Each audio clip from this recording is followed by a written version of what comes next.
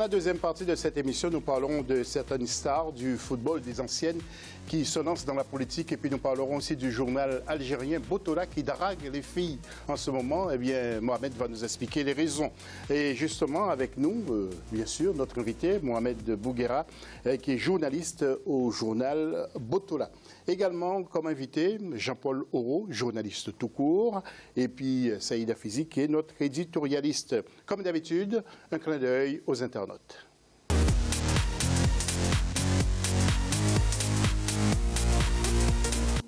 Et comment voyez-vous justement la politique de George Weah à la présidence du Libéria? Vous n'hésitez pas à vous intervenir jusqu'à la fin de cette émission sur notre Facebook ou encore Twitter. Le dossier du jour maintenant.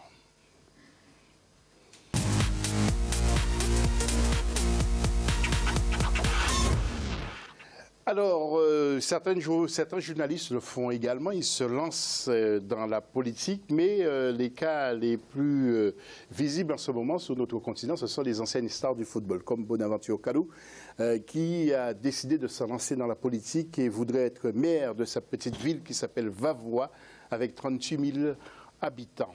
Voyons ce sujet et après on en parle. 40 ans, l'ex-international ivoirien Bonaventure Kalou devient le deuxième footballeur à se lancer dans la politique en Côte d'Ivoire. L'ancien capitaine des éléphants sera en lice pour les municipales de juillet 2018 à Vavois, une ville située au centre-ouest du pays.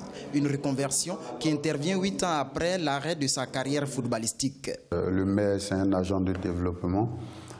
Je ne rentre pas dans ce domaine-là pour juste faire de la politique, mais pour surtout aider voilà, les populations de Vavois, aider la ville à retrouver voilà, une certaine propreté parce que la ville n'est pas propre, parce que les habitants de Vavois souffrent, ils m'ont sollicité, donc voilà. En Côte d'Ivoire, plusieurs présidents du club sont déjà des acteurs politiques. Mais l'engouement des footballeurs pour ce domaine commence peu à peu à prendre une nouvelle dynamique. Un nouveau challenge passionnant, mais rempli d'embûches selon des spécialistes. Je pense que légitimement, ces footballeurs qui ont eu une brillante carrière sur le plan sportif peuvent apporter leur petite expérience qu'ils ont acquise ça et là pour le développement de leur région d'origine. Je pense que c'est un défi énorme, mais maintenant, il appartient aux électeurs, aux votants, de porter leur choix sur tout footballeur qui se porterait candidat. En rappel, Kone Ibrahim a été le premier ancien joueur ivoirien à se lancer dans la politique. La victoire de George Weah à la présidentielle du Libéria pourrait encore davantage inciter les footballeurs à vouloir briguer des postes électifs, selon plusieurs analystes. Alors, moi, j'ai retenu un terme dans les propos des intervenants. Jean-Paul, c'est un défi. Il se lance effectivement un défi, mais quand on entend les arguments, par exemple, ville pas propre, c'est pas suffisant pour être... Bon, ville pas propre, il parle de Vavois, mais en même temps, c'est pas seulement Vavois qui est la seule ville de Côte d'Ivoire qui n'est pas suffisamment propre. Abidjan, la capitale. Est-ce que c'est un candidat solide? Est-ce que vous sentez que Kalou peut faire un homme politique solide? En réalité, ce qui se passe dans notre pays, la Côte d'Ivoire, quand on regarde de la candidature de Kalou Bonaventure, qui était citoyen comme tous les autres, qui est en droit de solliciter le suffrage de ses compatriotes à un poste de premier magistrat de la ville. Mais c'est qu'en Côte d'Ivoire, la classe politique est très forte. Donc du coup, quand quelqu'un vient, pour quelqu'un qui ne vient pas de cette classe politique-là, la classe politique a tendance à l'écraser, le minimiser, le ridiculiser. C'est ce qui se passe autour aujourd'hui de Kalou Bonaventure. Parce qu'on a tendance à présenter aujourd'hui les footballeurs. C'est vrai que George Weah, aujourd'hui, il laisse penser que c'est possible. Mais en Côte d'Ivoire, une réalité, c'est qu'on présente les footballeurs comme juste des petits gogos. Bon, ils savent jouer au foot, ils ont gagné un peu d'argent. Donc ça signifie en clair, dans le cas de Kalou Bonaventure. En clair, pour nos téléspectateurs, que quelqu'un qui n'a pas fait de droit politique, qui n'a pas fait de droit constitutionnel, ne peut pas faire de la politique comme ça, de se lancer dans l'aventure, surtout en Côte d'Ivoire. En Côte d'Ivoire, au-delà, on n'est pas dans ces approches. Une classe politique qui est forte, qui ne permet pas que celui qui n'est pas du sérail politique y entre. Aujourd'hui, les tons sont en train de changer, les lignes sont en train de bouger. Voilà pourquoi je dis que ce n'est pas le cas de Kalou Bonaventure, parce que Kalou Bonaventure est en train de montrer qu'en réalité, au-delà d'être un ancien footballeur, il a participé à beaucoup, il a fait de l'action sociale. Je me rappelle, il y a quelques années, il a créé un centre, lui, ils ont lancé une fondation, lui et son frère. La fondation Kalou. Ouais. Ils ont fait un centre de dialyse à Boaké. Ils offrent du matériel médical au CHU de Cocody, au SAMU. Ils font plein d'autres qui font qu'en réalité, dès le départ, il y a quelques années que ce jeune homme, ou du moins ce monsieur, participe déjà à l'action sociale dans son pays. D'une certaine façon, et il dit, ce sont mes compatriotes de Vawa, mes frères de Vawa qui ont demandé que je vienne aujourd'hui en tant qu'agent. Et c'est ça.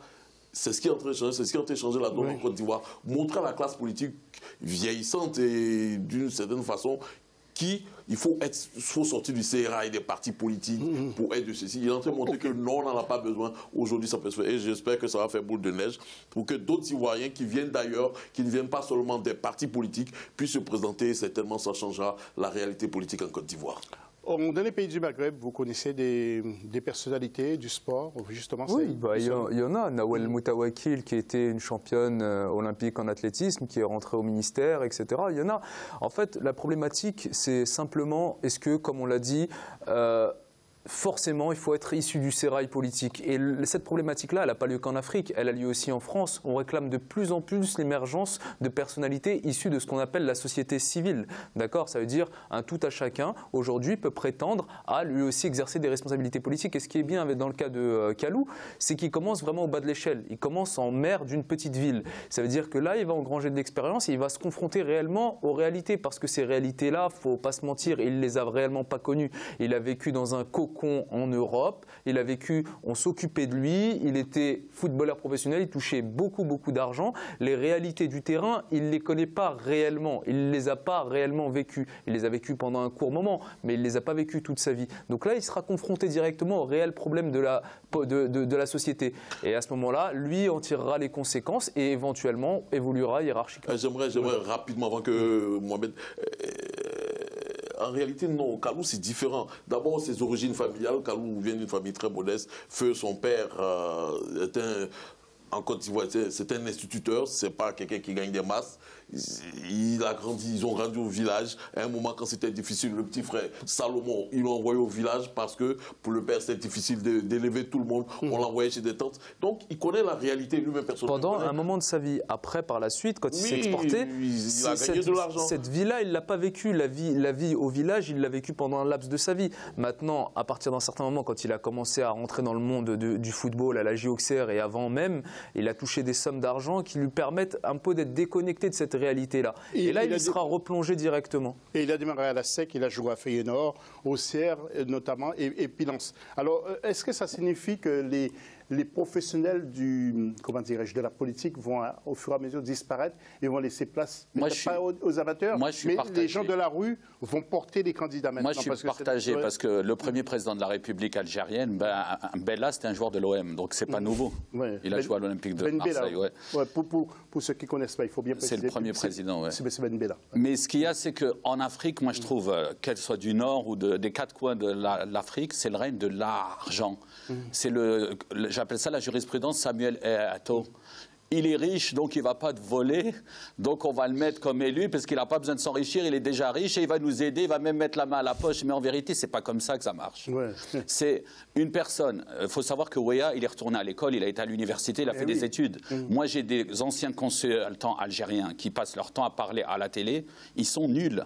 Le mec, il a été un dribbleur de charme, il a marqué des doublés, des quadruplés, mais je lui donnerais même pas à gérer le centre commercial de ma grand-mère.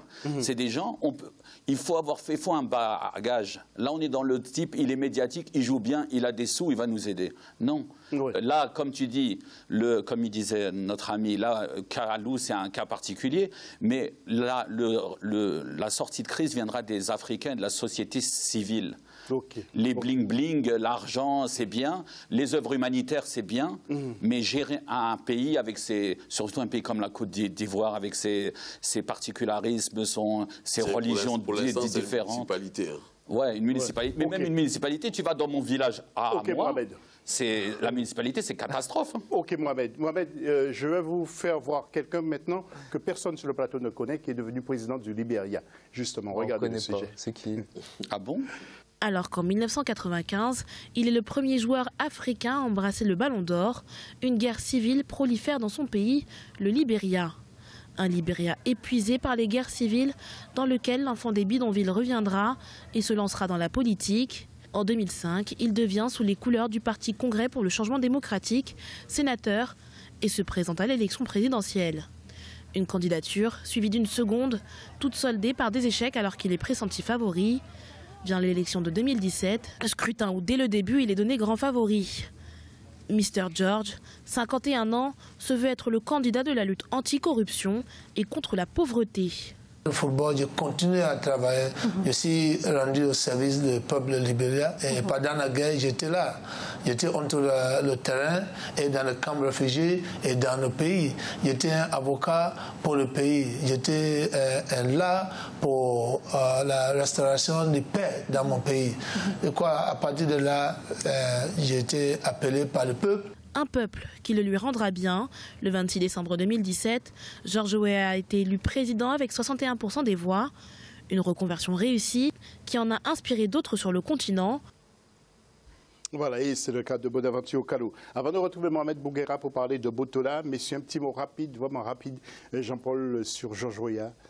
Moi, tout simplement, je dis c'est un parcours humain, c'est un parcours humain à saluer. Quand on s'imagine qu'on dit qu'il sort des bidonvilles de Monrovia, qui vient sur les grands stades d'Europe, qui rafle tout, qui retourne à l'université et qui se donne dans l'action sociale, tout ça, et qui, malgré des échecs, revient parce que, véritablement, brûlant en lui la flamme, la volonté de servir son pays. Et je lui souhaite tout le succès du monde. Voilà, quelqu'un qui a pris son courage à deux mains et qui est parti comme Zidane d'ailleurs, qui a été faire des études, qui a été étudié, qui a été sur le banc de l'université. Ça demande de l'humilité.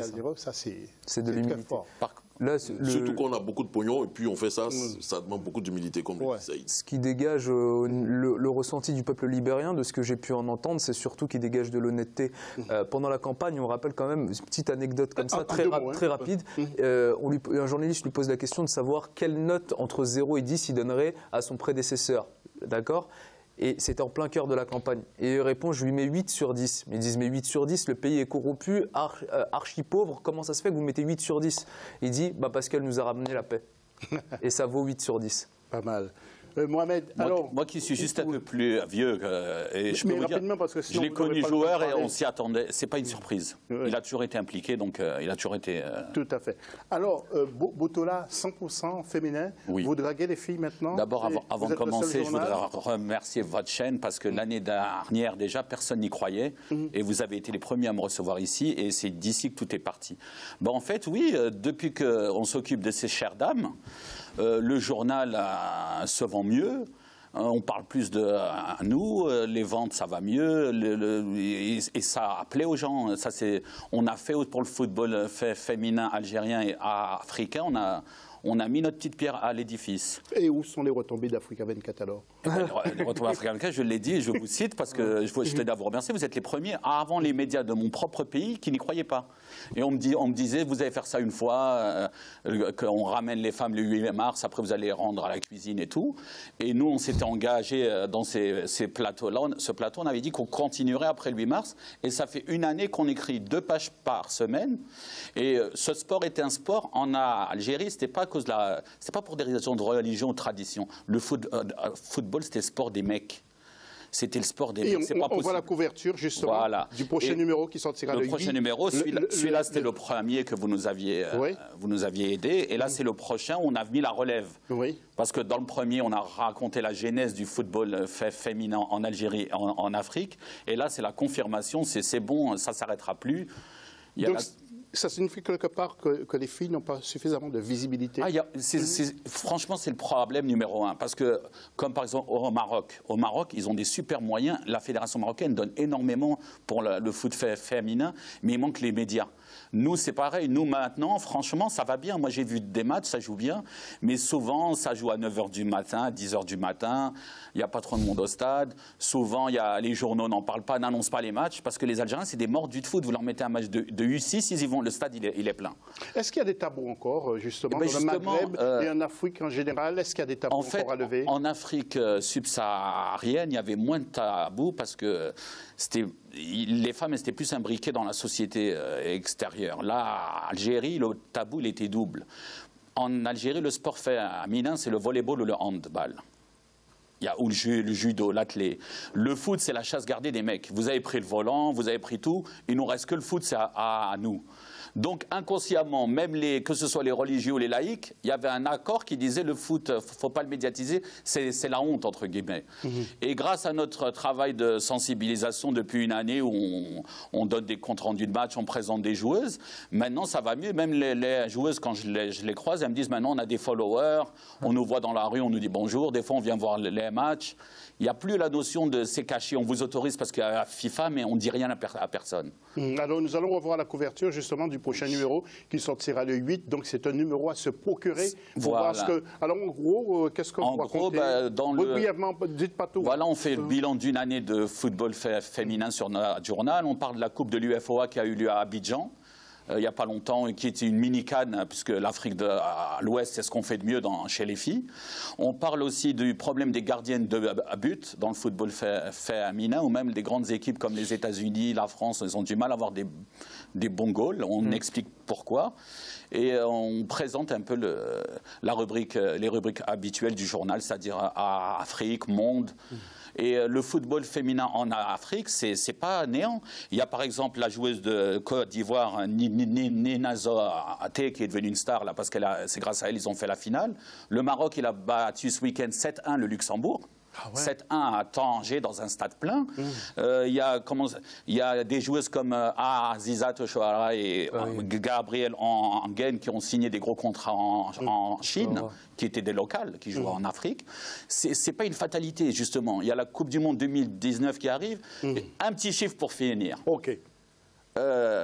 2 millions de dinars, la monnaie algérienne. 2 millions de dinars, c'est le budget pour faire vivre une D1 algérienne féminine une année. 2 millions de dinars, c'est le salaire moyen d'un joueur homme. Donc avec le salaire d'un joueur homme, on peut faire vivre un club de D1 une année, les déplacements, tout. Merci Mohamed d'être venu. En tout cas, j'espère. Merci à vous pour votre soutien indéfectible. Et j'espère qu'après ce passage, eh bien, Saïd Hafizi et Jean-Paul Auro iront voir plus souvent les matchs féminins sur le continent. J'espère ces deux-là parce que ils vont voir que les hommes. Surtout qu'on dit souvent que le foot féminin, que le foot chez les hommes, c'est du football et le foot féminin, c'est du football. Alors, après la pause. Nous allons parler de football encore, mais au niveau de l'Europe, nous allons saluer aussi tous nos joueurs africains qui étaient sur le terrain ce week-end. Et puis nous allons parler de ce fameux match Paris Saint-Germain, Real de Madrid que Saïd, Jean-Paul et Mohamed attendent tous. À tout à l'heure.